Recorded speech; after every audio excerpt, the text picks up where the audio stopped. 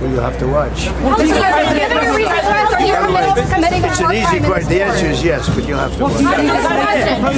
What do you think of the latest proposal? They've made a proposal, and it's a significant proposal. It's a significant step. It's not good enough, but it's a very significant step.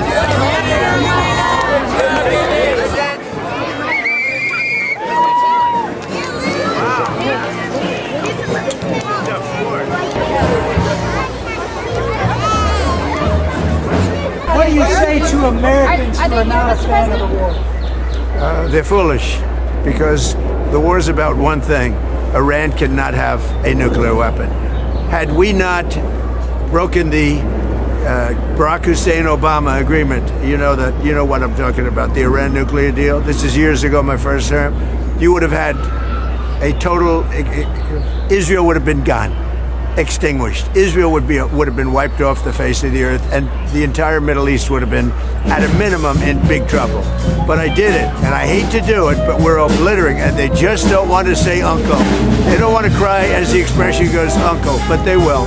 And if they don't, they'll have no bridges, they'll have no power plants, they'll have no anything. I won't go further, because there are other things that are worse than those two. And we might have, well, the thing, if I had my choice, what would I like to do? Take the oil. Because it's there for the taking. There's not a thing they can do about it. Unfortunately, the American people would like to see us come home. Let me just tell you, very fair question. The Iranian people, when they don't hear bombs go off, they're upset. They want to hear bombs because they want to be free. And the only reason they're not out protesting, you know that, is because they were informed that if they protest, like the wrestler and his friends, if they protest, they will be shot immediately. And that's an edict, that's in writing. If they protest, if they go out in the streets, they will be immediately shot. They don't have guns. You know, we sent some guns, but the group that was supposed to give, which I said would happen to my people, I said it, I called it exactly. We sent guns, a lot of guns. They were supposed to go to the people so they could fight back against these thugs. You know what happened? The people that they sent them to kept them, because they said, what a beautiful gun, I think I'll keep it. So I'm very upset with a certain group of people, and they're going to pay a big price for that. But the Iranian people will fight back as soon as they know they're not going to be shot, and as soon as they can get weapons. What she wants to say, Madam First Lady, can you tell us your message to children refiners? Well, all of this is happening for their future, so they will be safe in years to come.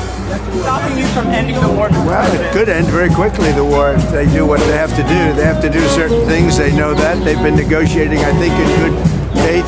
We've had total regime change. You know, the people there now are much more reasonable than the lunatics that you had in phase 1 and phase 2. They were lunatics. The people that we're negotiating with now on behalf of Iran are much more reasonable.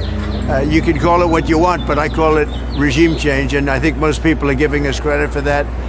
The first regime was taken out, the second regime was taken out. Now the third group of people that we're dealing with is not as radicalized, and we think they're actually much smarter. Why did you use such vulgar language in that Truth Social post? Only to make my point. I think you've heard it before.